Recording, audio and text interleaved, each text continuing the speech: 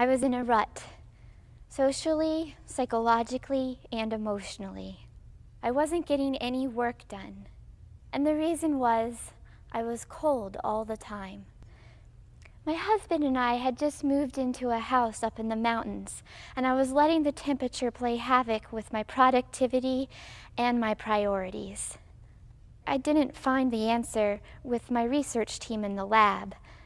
The answer came later, when I realized that I could just shut the fuck up about it and put on a goddamn coat if I was so cold. Accepting inspiration when it presents itself, and learning to appreciate that heating oil is goddamn expensive and we can't afford to blast the heat just because I'm a little chilly. When you're working on a project like this one, you have to be open to the unexpected. I didn't reach my conclusions based on trends and data or a surprising result in clinical trials. I figured it out by listening for once. I'd hear something, and I'd always have something stupid to say about it that proved that I just really wasn't listening. Luckily, my husband kept trying to get through to me.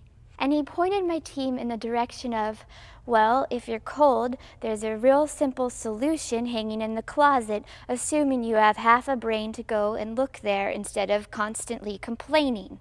Sure enough, we were able to find one. By the way, you'll have to excuse me if I start speaking in a whiny, needy voice. I know I do that sometimes. That different people experience different levels of discomfort, even when exposed to the same temperature. So maybe I should think about someone other than myself for once. I thought a space heater might help, but after it was explained to me that space heaters don't do anything, they're a scam, they just make themselves hot and keep the rest of the room cold, I put it out of my mind. Needless to say, I learned a lot. Instead of getting frustrated, hunting for answers, sometimes the best thing is to close your fucking mouth and let the person who knows what the fuck he's talking about show you the answers. Thank you.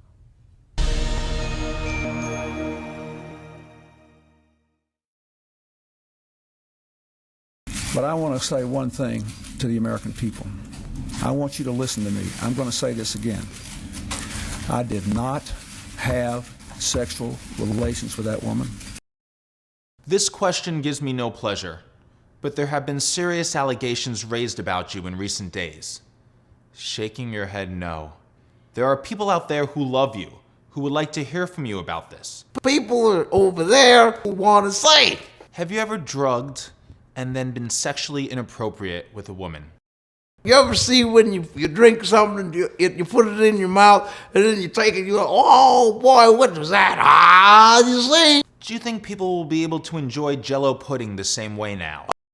Oh man, I love the pussy. I mean, I'm sorry, pudding. It's pudding, never the pussy. I love pudding. Oh boy, I love the pudding. Because you see, the pudding, especially when the pudding is creamy and there's different flavors of pudding. What's next? The people told me that I got a show coming again. This will be my third Cosby show. They've canceled that. But they told me the person said I got a show, and now I don't got a show. How is yours and Camille's sex life? Camille, see, I've been with Camille, my wife, 50 years, and sex is,